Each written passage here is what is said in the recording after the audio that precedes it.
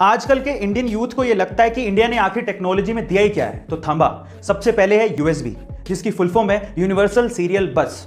अब इस कॉन्सेप्ट को डेवलप किया था अजय भट्ट ने, जो कि एक इंडियन अमेरिकन कंप्यूटर आर्किटेक्ट है। दूसरा है फाइबर ऑप्टिक्स, जिसके बिना इंटरनेट काम नहीं कर सकता।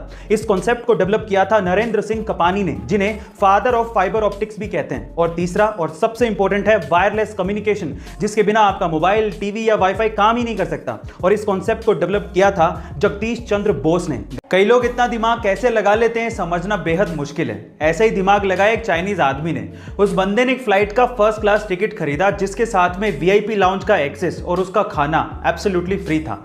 अब उस बंदे ने क्या किया, ध्यान से सुनेगा।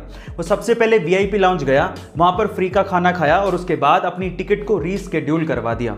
फिर से अगले दिन आया, फिर से वो वीआईपी लाउंज गया और वहां का फ्री का खाना खाया और उसके बाद उसी टिकट को फिर से रीस्केड्यूल करवा दिया। और ऐसे करके उसने कम से कम 300 बार अपनी टिकट को रीस्केड्यूल करवाया और 300 बार वीआईपी खाना फ्री में खाया।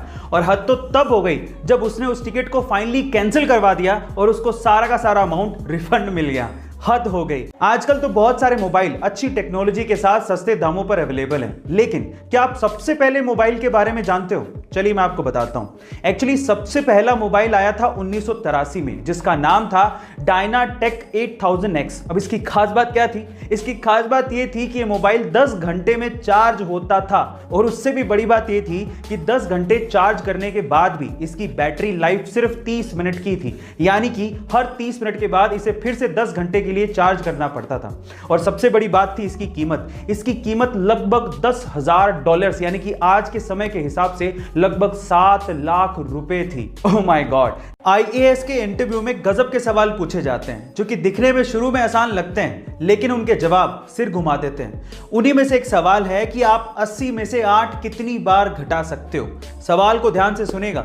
80 में से 8 आप कितनी बार घटा सकते हो, यह सवाल था। और अगर आपका जवाब भी 10 है तो आप भी गलत है। एक्चुअली ज्यादातर लोग इसका जवाब 10 ही देते हैं, लेकिन इसका सही जवाब है 1। एक्चुअली अगर आप 80 में से एक बार 8 घटा दोगे तो आएगा 72। अब अगली बार 8 आपको 72 से घटाना है, 80 से नहीं। इसलिए 80 में से 8 आप एक ही बार घटा सकते हो।